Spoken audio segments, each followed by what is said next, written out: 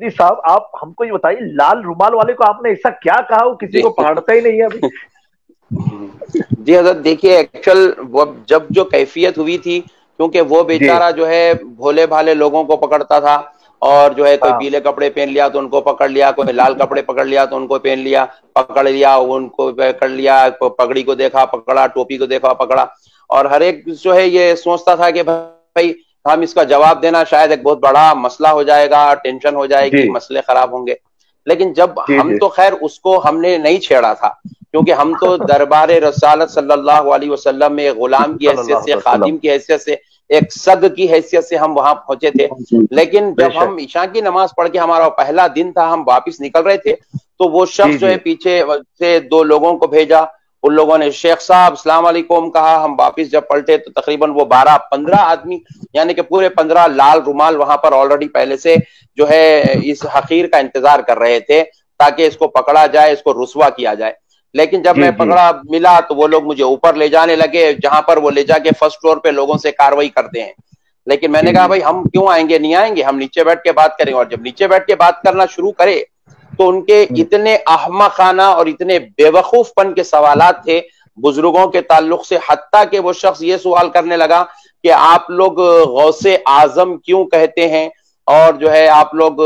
غوث اعظم کا بڑا مانتے ہیں یا حضرت ابو بکر کو بڑا مانتے ہیں؟ نعوذ باللہ من ذالک، یہ بالکل جاہلانہ سوال، یہ چھوٹے سے چھوٹا بچہ بھی سمجھتا ہے کہ حضرت ابو بکر صحیح بات، صدیق رضی اللہ تعالیٰ رضی عنہ ایک اللہ تعالیٰ۔ اللہ کے جو ہے نبی صلی اللہ علیہ وسلم کے صحابی ہیں، پھر بے صحابہ میں شک، بھی سب سے افضل و اعلیٰ درجے کے صحابی ہیں، بے رسول شک پاک حق ہے۔ صلی اللہ علیہ وسلم کے جو ہے ساتھ میں آرام فرما رہے ہیں، گنبد خضرا شریف کے نیچے جن کا مزار ہے، اور حضرت غوث سبحان پاک سید الاولیاء ہیں، ولی ہیں، اور حضور تاجدار کائنات صلی اللہ علیہ وسلم کے زمانے اقدس کے تقریباً 450 سال بعد دنیا میں تشریف لائے۔ اس کے باوجود بھی جو یہ جاہلانہ سوال، بس ہمیشہ یہ ولی کو لینا صحابی سے کمپیئر کرنا، صحابی کو لینا نبی سے کمپیئر کرنا۔ میں حضرت ابو بکر اور رسول اللہ کے بارے، حضرت غوث پاک کے بارے میں جب جواب ہی دے رہا تھا، پیچھے سے ایک اور جی ایک جی متوا پوچھتا ہے کیا حضرت عیسیٰ بڑے ہیں یا غوث پاک بڑے ہیں؟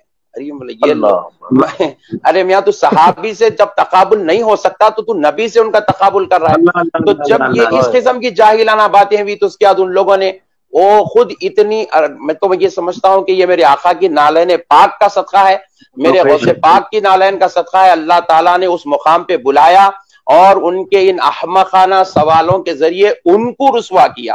آخر میں جی جی جواب سنتے سنتے دیتے دیتے جو ہے، جواب دیتے دیتے اور سنتے سنتے اس کی یہ کیفیت بن گئی کہ اٹھ کے بھاگنے لگا۔ تو ساجد بھائی کے ملک کے کچھ لوگ تھے، ان لوگوں نے آواز دی کہ دیکھو لال رومال بھاگ رہا ہے، لال رومال بھاگ رہا ہے۔ تو وہ جو اس کی ذلت ہوئی، شرمندگی ہوئی، اس نے کیا جی کیا، جی وہاں پہ پولیس کو بلایا، جمع کیا، اس کے بعد وہ کیا، پھر پولیس اسٹیشن میں ہمارے سے بات ہوئی، تقریباً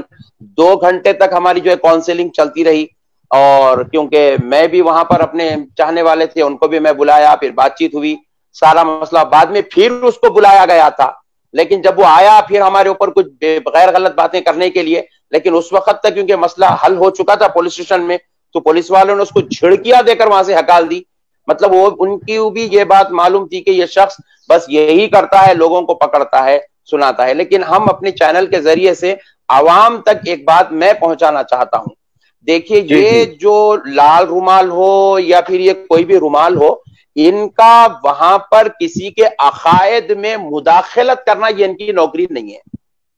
بالکل صحیح یہ کہا۔ سعودی گورنمنٹ نے ان کو عقائد میں کسی کے ذاتی معاملات میں مداخلت کرنے کے لیے جاب نہیں دیا ہے۔ یہ لوگ صحیح وہاں بات، پر ایک معلم کی حیثیت رکھتے ہیں، خادم ہیں، جو لوگ عمرہ کے لیے آتے ہیں ان کو عمرہ کے مسائل بتایا جائے، جو زیارت جی رسول کے لیے آتے ہیں ان کو زیارت کے مسائل بتایا جائے، جنت البقیع کے متعلق اگر وہ کچھ پوچھتے ہیں تو ان کو وہ بتائیں، یا نماز کے کوئی مسئلے کوئی شخص پوچھتا ہے تو اس کو وہ بتائیں۔ آپ سنی جی کیوں ہیں، آپ شیعہ کیوں ہیں، آپ وہابی کیوں ہیں، آپ اہل حدیث کیوں ہیں، آپ سلفی کیوں ہیں، آپ پاکستانی کیوں ہیں، ہندوستانی کیوں ہیں، آپ امریکن کیوں ہیں، آپ جو ہے کینیڈین کیوں ہیں، یہ ان کا مسئلہ